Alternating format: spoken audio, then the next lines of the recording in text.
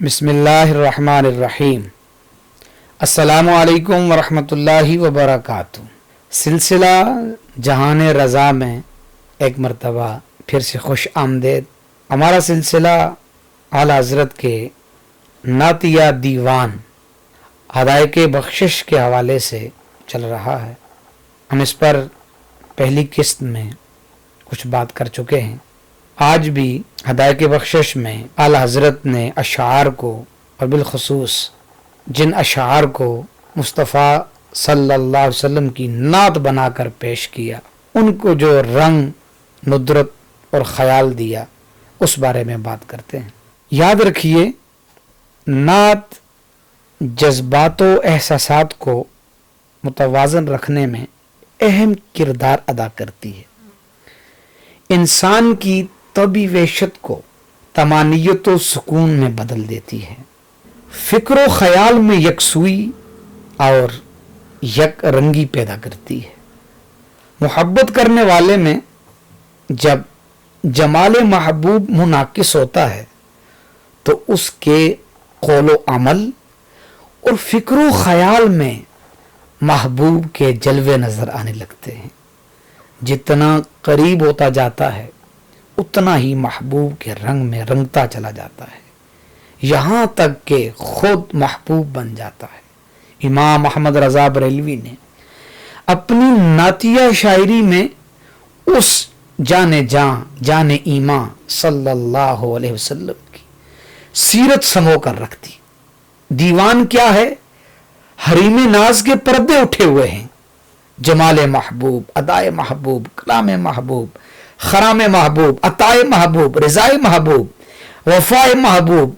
जिधर देखिए महबूब ही महबूब, जिधर देखिए नूर ही नूर। सुबहान अल्लाह, सुबहान अल्लाह। वो किसी ने क्या खूब कहा था, दिल नूर, जिगर नूर, जुबान नूर, नजर नूर, ये क्या है मेरी खातिर नाशाद का आलम। इमाम अहमद रज़ा बरेलवी जब अपने महबूब दिल आरा की मोहब्बत में डूबते हैं और उसके हुस्ने दिल अफरोज को शेरों में ढालते हैं तो ये महसूस होता है जैसे दिल मचल रहे हों, जैसे आंखें बरस रही हों, जैसे सीने फक रहे हों, जैसे चश्मे उबल रहे हों, जैसे झरने चल रहे हों, जैसे दरिया बह रहे हों, जैसे सबा चल रही हो, जैसे फूल खिल रहे हों, जैसे खुशबू महक रही हो, जैसे तारे चमक रहे हों, जैसे कहकशां दमक रही हो, जैसे आफाक फैल रहे हों, जैसे दुनिया सिमट रही हो, जैसे जमीन से उठ रहे हों, जैसे फिजाओं में बुलंद हो रहे हों, जैसे आसमानों में फैल रहे हों, जैसे दरवाजे खुल रहे हों, जैसे एक नए जहान में झांक रहे हों, जैसे कुदसियों से बातें कर रहे हो, जैसे हूरों से सरगोशियां कर रहे हों, जैसे बागे बहिश्त की सैर कर रहे हों, जैसे कौसर तस्नीम से सैराब हो रहे हों, जैसे सीनों में वुसअते कौनैन समा रही हो, जैसे जलवे यार को आमने सामने देख रहे हों, जैसे वो आ रहे हों, जैसे वो जा रहे हों, जैसे वो हंस रहे हों, जैसे वो रो रहे हों, जैसे वो बोल रहे हों, जैसे वो मुस्कुरा मुस्कुरा कर दिल की कलियां खिला रहे हों, जैसे हम उनको देखकर मर रहे हों, जी रहे हों, जैसे उनके नूर की खैरात लूट रहे हों, जैसे उनके करम की बहारें देख रहे हों। नातिया नगमों की क्या बात, एक एक लफ्ज दमक रहा है, एक एक मिसरा चहक रहा है, एक एक शेर में जहाने माना आबाद हैं। जदीद तहकीक के मुताबिक इमाम अहमद रज़ा बरेलवी 57 से ज़्यादा उलूम व फ़नून में महारत रखते थे।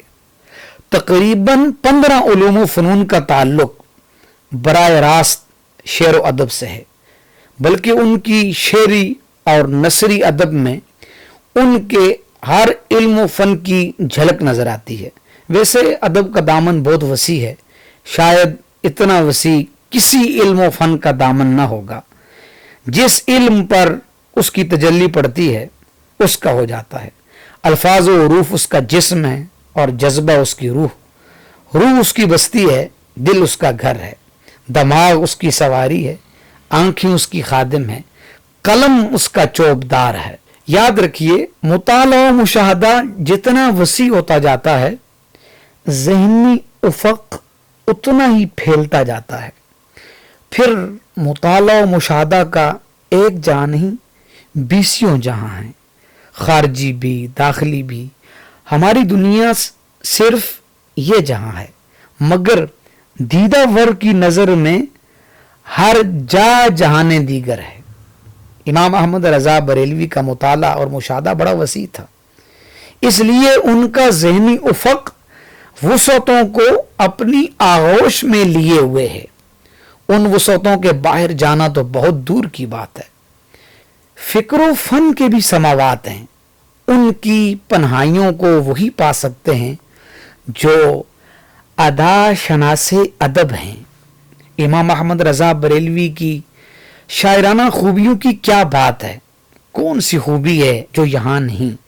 उनकी शायरी पैकर हुस्न जमाल है। सुभान अल्लाह सुभान अल्लाह।